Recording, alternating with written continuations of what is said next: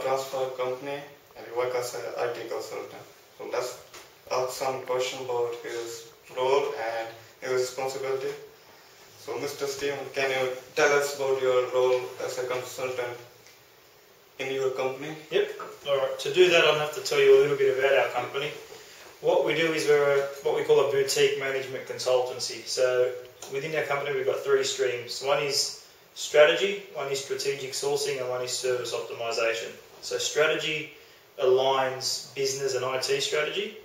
Strategic sourcing then builds on the strategy. So what we say is if the strategy says you need to buy a particular piece of software or a particular piece of hardware, then the strategic sourcing part of the company then goes and writes a tender or an expression of interest or an RFP, puts it to market, and then evaluates the piece of software, hardware, service on the basis of that tender. And then once it's bought or the service is obtained, so you could be Westpac looking to get a company to build a certain application. So we'd find that person, and then once it's in there, what we call is service optimization. Once it's in there, then we optimize the service, how to best run it, how to best manipulate the piece of software. Do we need to program it? Do we not need to program it? So they're the three streams, and on the periphery of those, there's what we call project services. So there's project management, there's infrastructure services, there's governance, risk and compliance. There's a few things around there.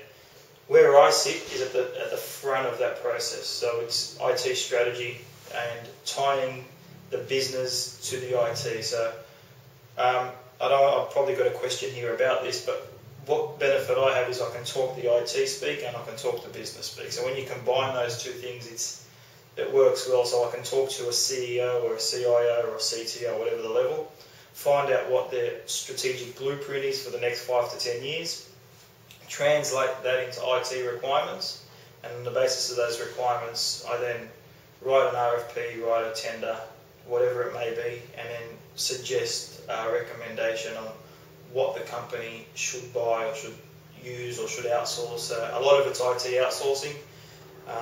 Big banks, we worked on NBN, things like that. So who they should use to do a specific task and how to manage that, either the service or the good or the product. Okay, so like for this job, what qualification and experience are needed? Okay.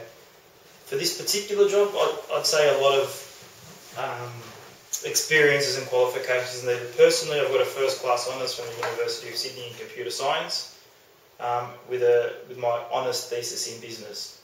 So not only do you need tertiary qualifications for this particular role that I'm in, you need probably a decade of experience.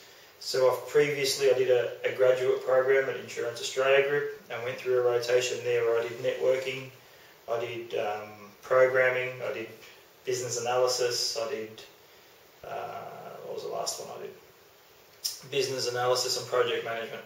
So between those four from a grad program, I got a great depth of experience and went on from there to a company called Accenture, which you're probably familiar with, and I did 5 years with them across Australia, Asia, America.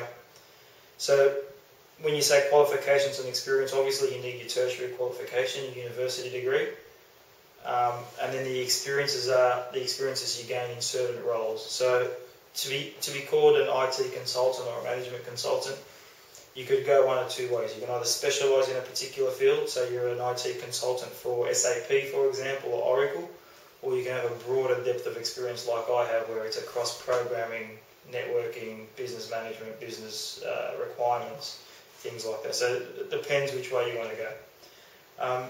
As far as different attributes you need, it's probably a depth of training whilst on the job. So in my opinion, it's my opinion only, you're not going to leave university knowing everything. You're going to learn a lot practically. And that may include on-the-job work or on-the-job training, so that the company will send you to training courses. You might leave university knowing C++ as a programming language, but then you get to your role and the company doesn't use C++, so there's training that you might need to .NET, C# or whatever additional things that the company needs to allow you to integrate with them.